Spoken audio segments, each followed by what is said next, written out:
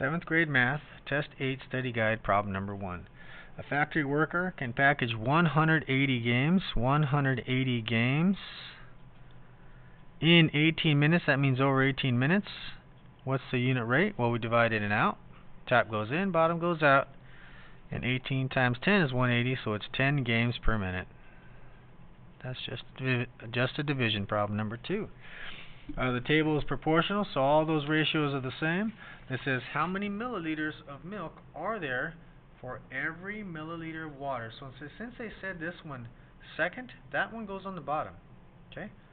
Otherwise, we would always put y over x, right? This one over this one over here, y over x always, unless the problem tells us otherwise. So if they say every 1 milliliter of water, they say every and then water, then that means water goes on the bottom. So I'll just take any of these and put this over this. I'll take 18. 18 over 10. 18 over 10. And it looks like our answer this time is going to be a fraction, so I just reduce this fraction. 18 is 6 times 3, and 10 is 2 times 5. Cross out my 1s, and I get 9/5. So it's 9/5 milliliters of milk every 1 milliliter of water. Okay? Now, if they didn't give it to us in a fraction, then we would just divide. We'd go in and out just like this, and we'd get our decimal that way. Okay? But this time they left it as a fraction. Number 3. Tony and Tiffany collect stones. Tiff paid $40 for 7 pounds. $40 for 7 pounds means $40 over 7 pounds. So let's find the unit rate for Tiffany. Again, we divide in and out. Put my decimals here. 7 doesn't go into 4, so I don't start there. 7 does go into 40, so I'm going to start right here. 7 times 5 is 35. Then we subtract, bring 1 0 down. 7 times what is about 49 without going over 40, about 50 without going over? Well, 7 times 7 is 49. Okay, and subtract. Since I put a decimal, I can keep adding zeros, right? After the decimal, I can keep adding zeros. And actually, I can stop right there because it's $5.70 some, right? Actually, I probably could have stopped at the 5 right there. That's probably enough to compare these two. So let's see. And if it's not, I'll just continue dividing. But let's check. So let's look at Tony now. It says that Tony paid $23 for 5 pounds. So here's Tony. $23 for 5 pounds means over 5 pounds. So I go in and out again. 23 divided by 5. Put my decimal. And I say my first number is a 4. And I can stop right there. Because look, I know 4 is already smaller than 5. So Tony has the better rate. He paid the least amount. Next problem. Number 4. Number 4 says, which of these ratios forms a proportion with 2 sevenths? Well, if it forms a proportion, these fractions down here, that means it's going to be equal to these down here. So there's a couple ways to do this. We know we can cross multiply, but we're going to do that a ton of times with the other problems. So let's do it another way, a shorter way. What is also true about proportions is whatever the factor is going from here to here, it has to be the same down here. So in other words, in order to get from 2 to 10, I have to multiply by 5. Factors means multiply, right? Now, on the bottom, if I multiply by 5 also, it is proportional. Now, since 2 times 5 is 10, but 7 times 5 is 35, I don't have the right denominator there. This is not a proportion. So let's test B. That was A. Let's test B. Okay? So B, again, the fraction they gave us was 2 sevenths, and the question is it proportional to 14/49? So I have to multiply 2 to get to 14. I have to multiply it to 7. So I'd have to multiply it to the same exact number on the bottom if this is a proportion, if this is proportional.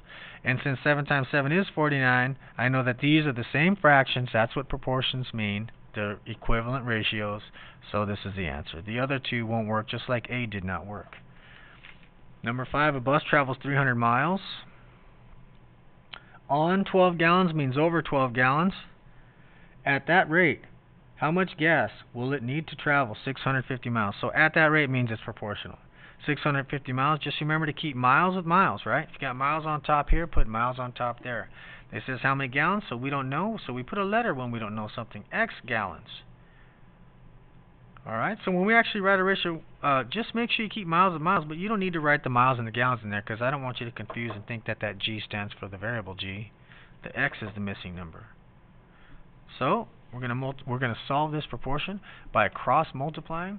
I got 300 times X is 300X, and 12 times 650. Okay, so let's see what 12 times 650 looks like. I go over here, multiply by 12. Start with my 2. 2 times 0 is 0. 2 times 5 is 10. Put it there and carry 1. 2 times 6 is 12 plus 1 is 13. Now, when I go over here, I have to skip a space. So I put a 0. And I go 1 times 650. 1 times 650 is just 650. Let's make sure you line up your numbers correctly. Then you can add these up. And I have 300x equals 7,800. Divide by 300 both sides. I'm dividing by 300 and not this number because that's the one in front of x, right? That gets rid of it. So I found out what x equals or what x is. Now when I'm dividing, look at the shortcut. When I have zeros on the end, I'm dividing, is cross those zeros out. So I got 78 divided by 3 now. Remember, it goes in and out. 3 goes into 7 2 times. And 3 goes into 18 6 times. So my answer is 26. And that stands for 26 gallons. Number 6. 6 says the ratio of girls to boys is 10 to 11. 10 to 11. These are girls and these are boys because there's a symbol for girls and boys. Alright, how many boys are there if there is a total of 210 boys and girls? Well, they used that word total, didn't they? That means we've got to add something up. So, they're asking how many boys if there's, and then they say if there's a total, they give you a total. So we need a ratio of boys to total. Right now we have a ratio of girls to boys. So what I do is I take my ratio that's true and I make it boys to total. So boys are 11. Total is, I got to add these two because girls and boys is a total. So 10 plus 11 is 21. So this is a ratio of boys to total. And that's what we need to answer this question. They say how many boys, so that's where my variable goes. If there's a total, so total goes here. Because it's boys on top, total on bottom, we got to keep the same. Again, we're solving a proportion, we cross multiply. 21 times x is 21x equals 11 times 210. 11 times 210, let's multiply that. So 1 times 210 is 210. Now I skip a space and put another 210. Add these up, and I get 2,310. Divide both sides by the coefficient, right? What's in front of the x, not the other one. And that becomes x equals, so I have to divide. I go in and out, right? I'll go down here out of the way. I go 2,310 in and 21 out. So I know 21 goes into 23 one time. 21 goes into 21 one time. And I zeroed out, but I still have a digit here. Okay? My decimal's over here, isn't it? So if I haven't hit that spot, I have to add a 0 there. It's not 11, it's 110. 110, that's a 0 right there. 110 boys. Next problem, number 7.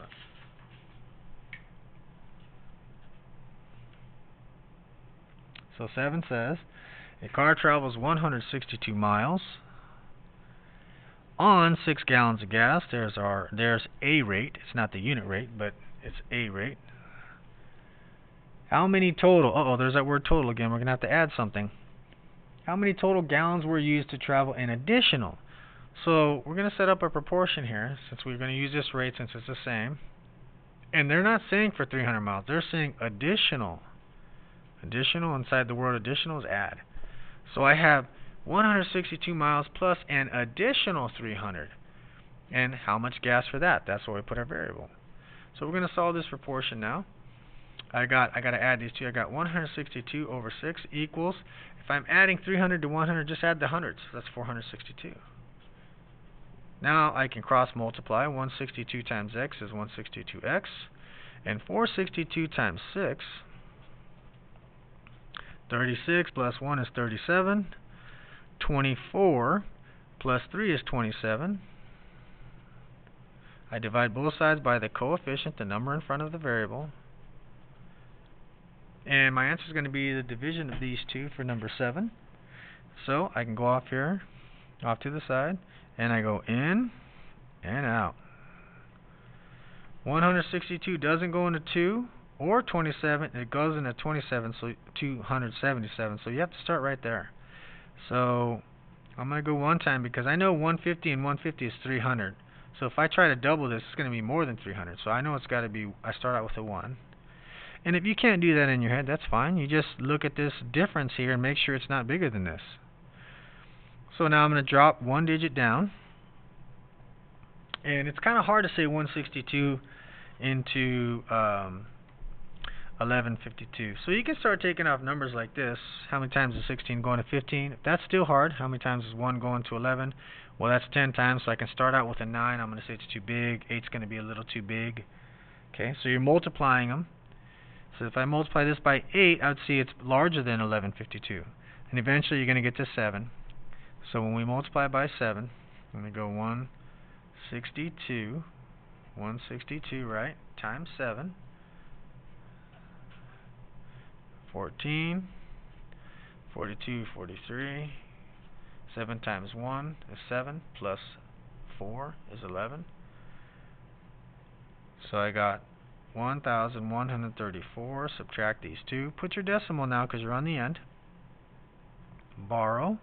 I got a 1, a 8, and drop down a 0. 162. See, now my difference down here was 18. So that wasn't more than my divisor, so that's why I chose the right number. So I drop a 0 down now.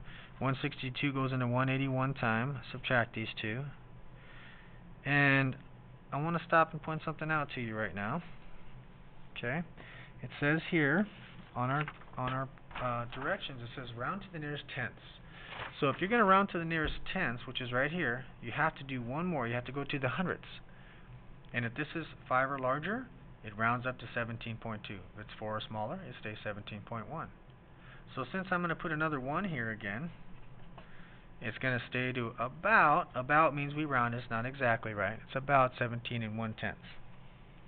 So the answer for that is about 17 and 1/10 gallons. Alright, next problem. So let's go here. Let's say I'll go right here for number 8. Alright, so number 8 says the car travels 162 miles on 6 gallons. And I know it sounds like I'm reading the same problem, doesn't it? And then it says, how many gallons would be used to travel 300 miles? They don't say total. They don't say additional. They just said 300 miles. So let's look at how this is different than the last problem. First of all, let's look at how it's the same. We got the same ratio. But what's different is we don't have these words total and additional, so I'm not adding anything. I just put the 300 there this time. And then all the rest of the work is the same. I cross multiply still. Oops. And I divide by the coefficient still. So I still cross multiply and divide. So I got 1,800 in divided by 162 out. So I'm going to divide these two now.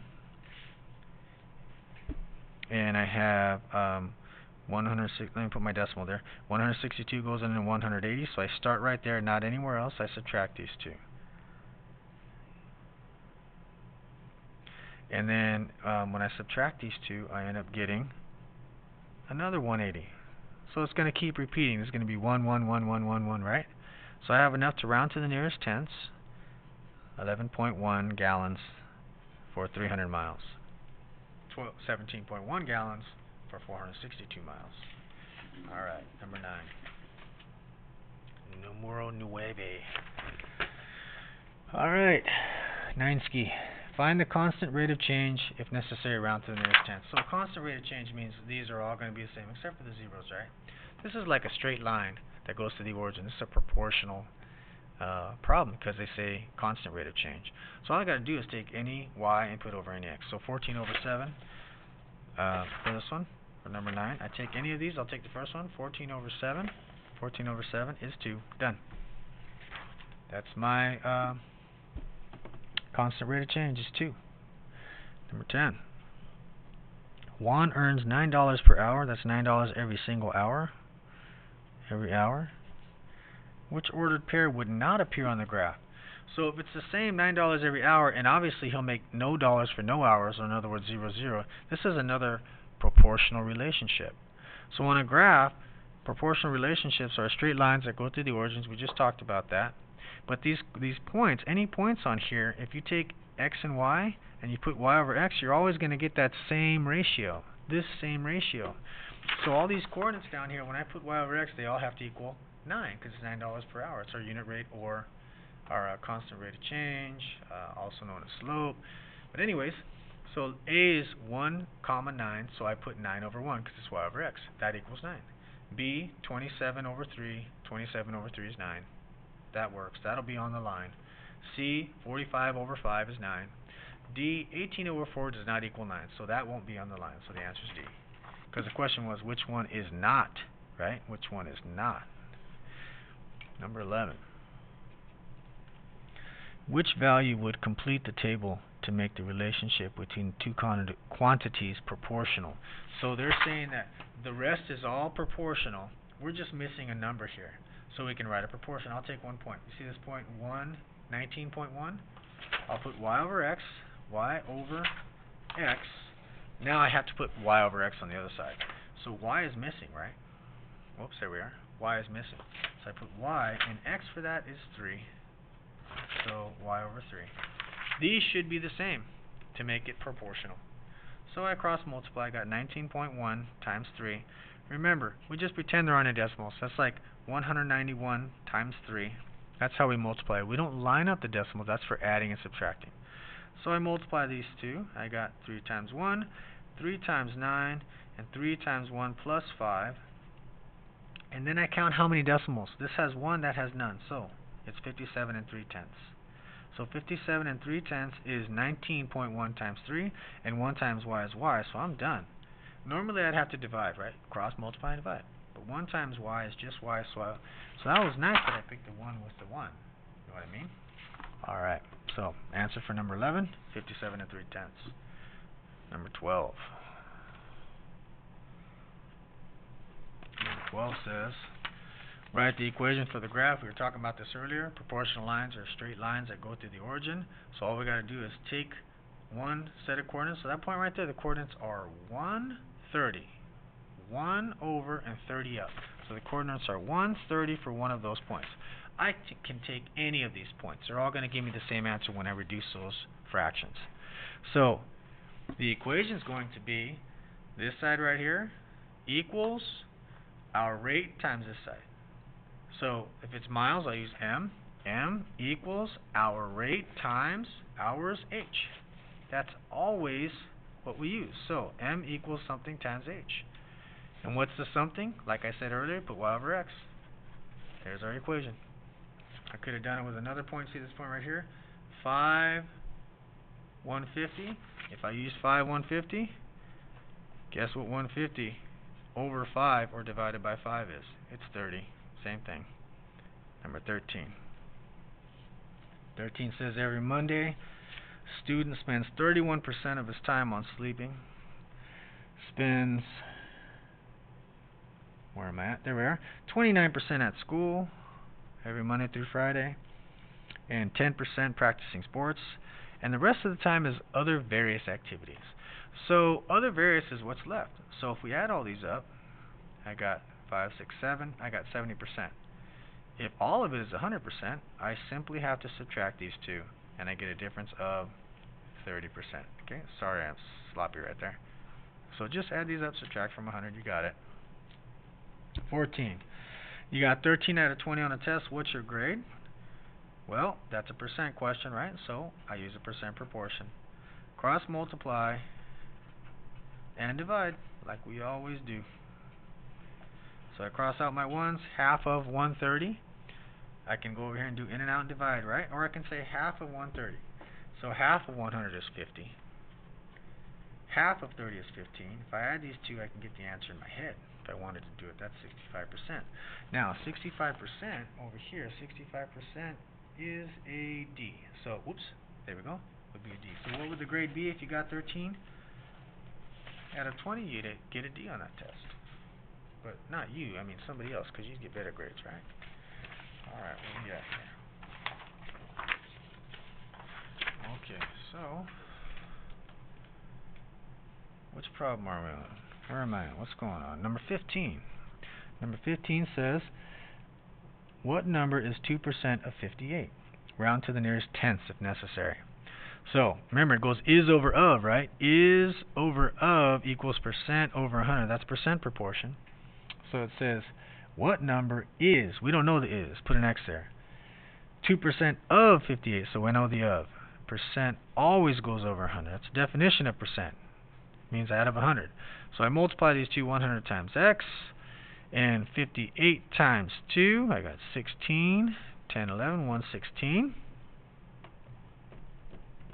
Divide by 100. Nice thing about dividing by 100, you just move the decimal 2 times, 1.16. So we had to round to the nearest tenth, though. So I got to round here, so I look at the hundredths there, and I see that's about 1.2. Remember, if this is 5 or higher, you round up. 4 or lower, you stay. Number 16. 12 is 120% of what number? 12 is. So I know the is, not the of this time. 120%. Percent always goes over 100, even if it's more than 100%. Right? And you can have more than 100% if you're talking about how much something increases or decreases, right? You can't have more than 100% of something, but it can change by more than 100%. So I cross multiply. 12 times 100 means 12 with 2 zeros. 120 times x means 120x. Divide both sides by the number in front of x. Cross out those zeros. And 12 times 10 is 120, so I know it has to be a 10. Okay? And if that doesn't make sense, you just divide in and out. You're going to get a 10 either way.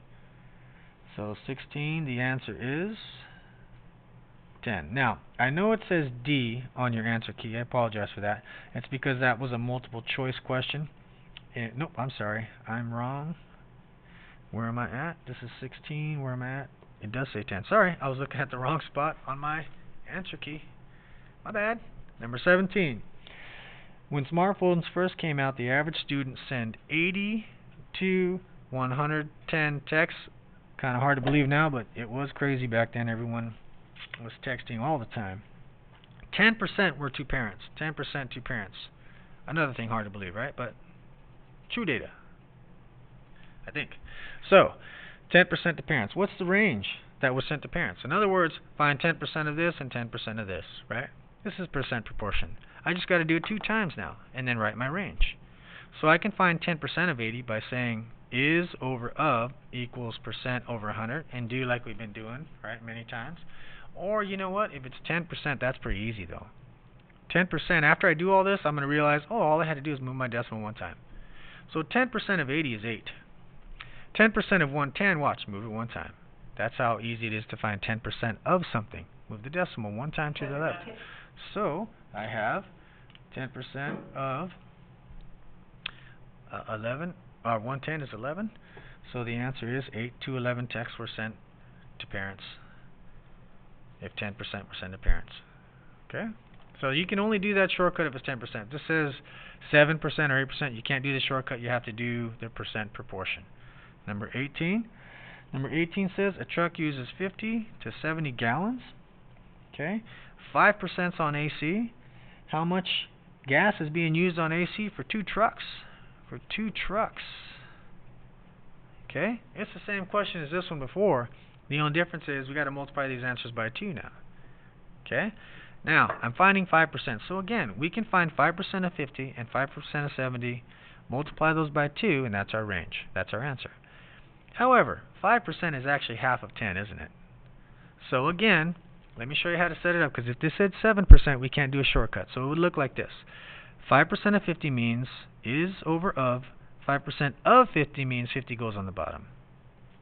And percent goes over 100. Again, cross multiply and divide. But now let's think about this. 5 is half of 10. So 10% is easy. I just moved the decimal 1 time. So 10% of 50 is 5. Half of that is 2.5. So it's 2.5 gallons each truck is spending on AC. 2.5 gallons to, well, it could be 70 gallons total. 5% of that is on AC. So 5% is half of 10%, right? So I find 10% first. I move the decimal 1 time. 7 gallons. 10% is 7 gallons, but it's only half of that. So I go 3.5. So each truck is spending 2.5 to 3.5 gallons of gas, but now there are 2 trucks. So I got to multiply those, and I get my answer 5 to 7 gallons. Number 19. 19 says a company raised the price of an item from $78 to $97.50. Not very nice. What was the percent of increase? Well, first of all, I find the amount of increase. So I subtract these two. This is where I line the decimals up, right? When I'm multiplying decimals, I don't line them up. When I'm multiplying decimals, right, I pretend there are no decimals and I multiply them that way. But when I'm adding or subtracting, I line them up and put placeholders. So I drop my decimal down and subtract these two. I have to borrow here. So the amount of change is $19.50. It went up $19.50. Percent of increase is asking you this. This amount that it changed by is what percent of the original? The change over the original, that's it. Percent proportion question. So subtract them, put that over the original, not the new, and that's how you get the percent of increase. Okay? Again, cross multiply. 100 times that just means move the decimal 2 times to the right. 78 times x means 78x. Divide both sides by 78. X equals, so I go in and out. Top goes in, bottom goes out. 78 does not go into 1 or 19. It does go into 195, so this is where I start right here. I put my first number there. 8 times 2 is 16. 14 plus 1 is 15. When I subtract here, I have to make sure that this difference down here was not larger than my divisor, or else I change my number. Then after I subtract, I drop 1 digit down. 78 goes into 39 5 times. 40, carry my 4. That times that plus that is 39. Worked out perfectly. 25% increase. So this went up 25% to get to that, because this is 25% of that. It's like this and like that. Sorry. Got a little 90s flashback of gangster rap there. Number 20. Li Ming owns an ice cream shop. On Saturday evening, from 6 to 7, she had 80 people. So all that time and all that, don't worry about that. That's just to distract you. Bottom line is, 1 hour there was 80 people. Okay? And then it says the next hour there were 17 people. Question is, what's the percent of decrease? How much did it go down by? And it says round to the nearest hundredth of a percent. So this time we got to go 3 decimal spaces so we can round to 2. So just like we did up here, we subtract these 2 numbers. Okay? Only this time it's going down, but I still subtract just like I did on the last problem. So there was a change of 63. It changed by 63 people. Now, again, I'm finding this amount of change is what percent of the original, just like I did up here. So I put the change over the original, not the new amount, and I want to know what percent that is. So again, it's percent proportion. Cross multiply, divide, cross out our zeros. 630 divided by 8 is, well, let's put our decimal here because they said 100, so it might go on a few decimal spaces after the decimal. So 8 goes into that 7 times, 56. Subtract, borrow. Okay, 7 is the difference. Now I drop 1 0 down, not 2. 8 goes into 70. Well, 8 times 8 is 64. Okay, subtract, drop 1 0 down. 8 goes into 60. 7 times, so that's 56. I'll go over here. 56. Let's drop another 0 down. Just remember you're in this spot right here, okay? And then 8 goes into that 5 times evenly. So it's 78. It ended up being evenly, so if it didn't, I'd have to go one more time and round, right? But since it went in evenly, it's perfect. 78 and 75 100%. All right, hope that helped.